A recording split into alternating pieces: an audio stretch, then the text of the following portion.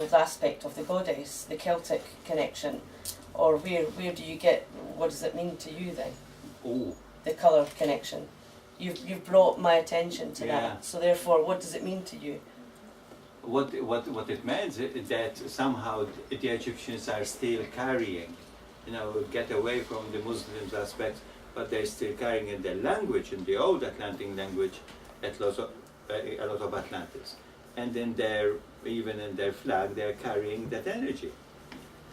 With the Celtic, that's a totally different story. Because that's what it kind of means in the Celtic, because you're talking about that the Celts came from Bohemia, from the center of Czech Republic, what you call Czech Republic. And now the Celts have got a connection with Cyprus, not Cyprus, with Crete, and at Malta, because Malta was called the three godhead, the three gods head. There were three goddesses. So there is also the three. Yeah. And these people connected with Crete, went up to the Danube, and they settled in the Czech Republic area, Bohemia. Then from there, these were the first people in Europe that connected with nature, the trees and so forth. And from there they spread, and they finished up to Ireland and so forth. So, that's a whole story that I have to go to. This is different from here. That's history now, So yes, this was a place of large stones, no? We have got quite large stones, and some of these things, we are seeing only the antenna. We are seeing the surface temples. The surface temples have got the same underneath, like hypogeum. Where there is a cluster of temples, there is a hypogeum, because they had to have a mirror inside the earth. So we have got hypogeums that we know of already. We have got the hypogeum. If you go and talk to the people that live on Hal Saflieni, the whole area of Saflieni, when they were building those houses, Raharijdit, because of the dockyards, the British, they found Hal Saflieni, whole hypogeum. But they couldn't save everything, so it's covered with concrete and building. The whole of Hal Saflieni, what we are seeing at the hypogeum is only a small. The whole hill is a hypogeum. You have got over at Addolorata, the British knew about it, under the cemetery is a hypogeum. And they built the cemetery on it. At Santa Lucia, there is another hypogeum over the other side of the hill. You've got a hypogeum near Mosta, you have got a hypogeum near Tkantia, front of Circle, and another one at Mjar. Where there's a cluster of temples, there is a hypogeum. Eventually, we'll find them, when there is the will to do these things. What we are seeing here, so it's the top layer. The most important thing of the temples are underneath. We haven't even started looking at scanning.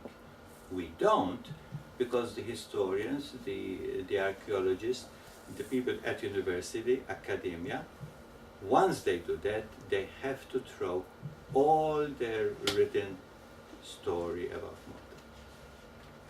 Malta. And nobody is brave enough to say, I was wrong. Let's start again. Okay.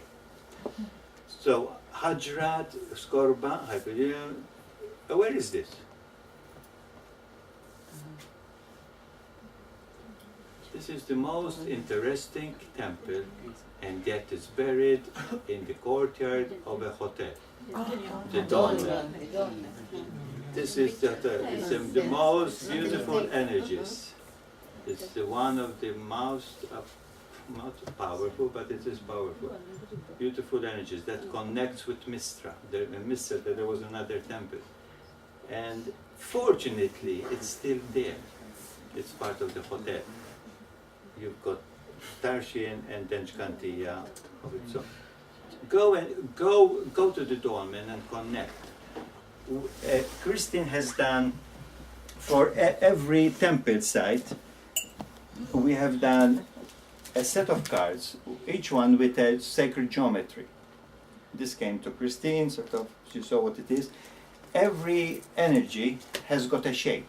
If you put this energy and you put magnets, this magnet gives a shape to whatever you're doing. If you vibrate something, it vibrates and it moves and gives shape, sacred geometry.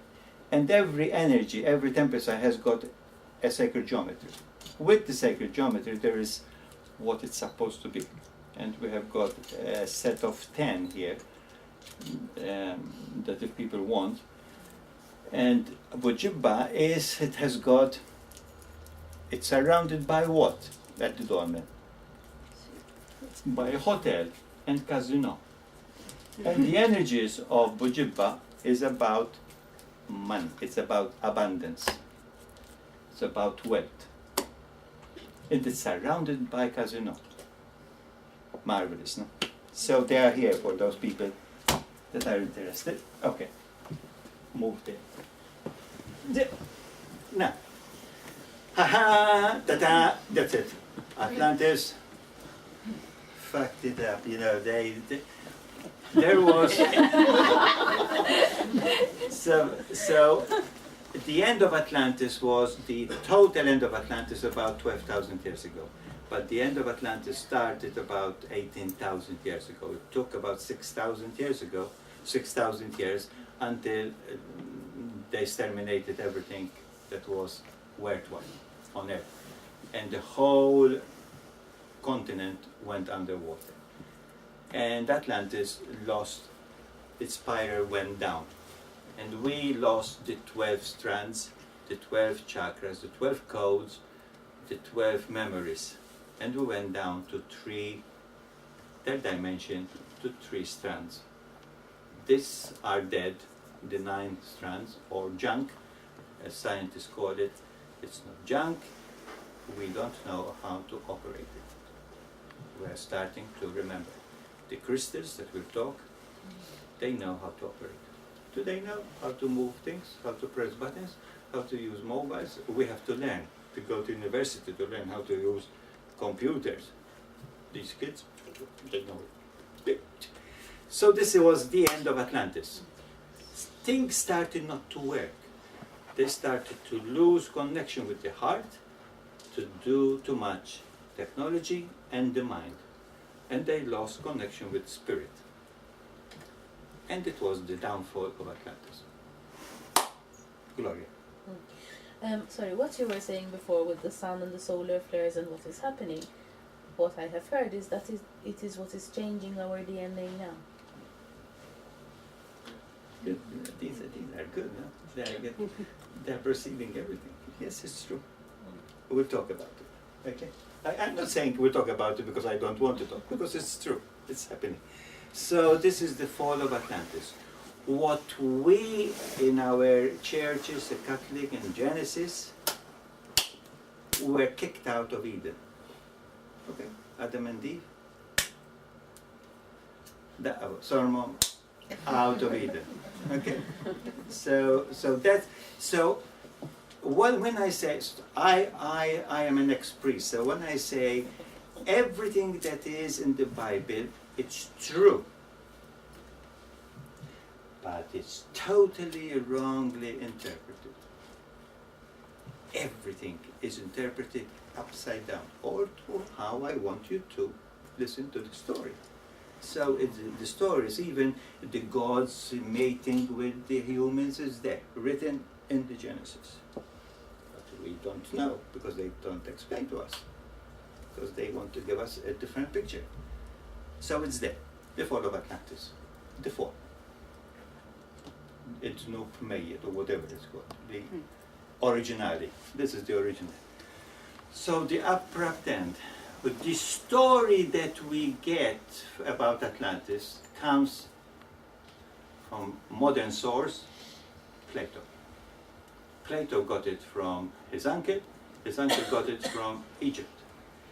The Egyptians had the connection with Atlantis. The Egyptians were the ones that recorded what happened in Atlantis. Some of the people that went down in Atlantis went to China, in Tibet, and in the legend of Shambhala. And what we have? The legend of Aladdin. If you read Aladdin, it's the legend of Atlantis, the story of Atlantis. You have got a Chinese setting and Middle East characters. I will talk about that in the second book because it's all there. You can see it. So in a single day, went under the sea. So this whole continent, it didn't take one single day, but there were changes in climate, like what is happening now. Okay, the changes in climate, changes in politics, changes in whatever. Eventually, the ice age started melting, the sea level went up, huge tsunami, earthquakes, and so on, and buried this whole continent. And in comparison to what then was, there are remaining only small islands, the mere skeleton of the country that was. Is this repeating itself? We are here because we were part of Atlantis that didn't take any action. As I said, we stayed schmut. We didn't talk, we didn't protest, we didn't march, we didn't tell them, why don't you back off, to the leaders, which we should do that to the leaders. And now it's time that this will never happen again. And we are here to make sure that it doesn't happen. War then? No. No, we concentrate on peace. Wars are the ones that want war, but we want peace. And there's a changes now from the 60s onwards. We are changing the world, which I talk about it. The future is about what we want to see in our world. And we create that world, not the leaders, not the politicians. To remove the leaders, you need war. They want war, but War we are feeds the millions leaders. of people that want peace. The consciousness we can change, I will talk about it, the consciousness we can change because we are change our thinking. What we think, it comes from the heart, we create. If we concentrate on war, in the 60s, 70s, there used to be Greenham Commons, people that are from England know, sort of the protest from the Greenham Commons, and they used to protest against nuclear disarmament, against war. It was moving, but it never moved forward, until one old lady said, I had enough of marching against war. I'm going to start marching for peace. That saying that comes from her heart changed the whole peace movement of the world. By this lady starting to bring people like you to march for peace. And she didn't talk about war. They stopped talking about war. So they started to create peace.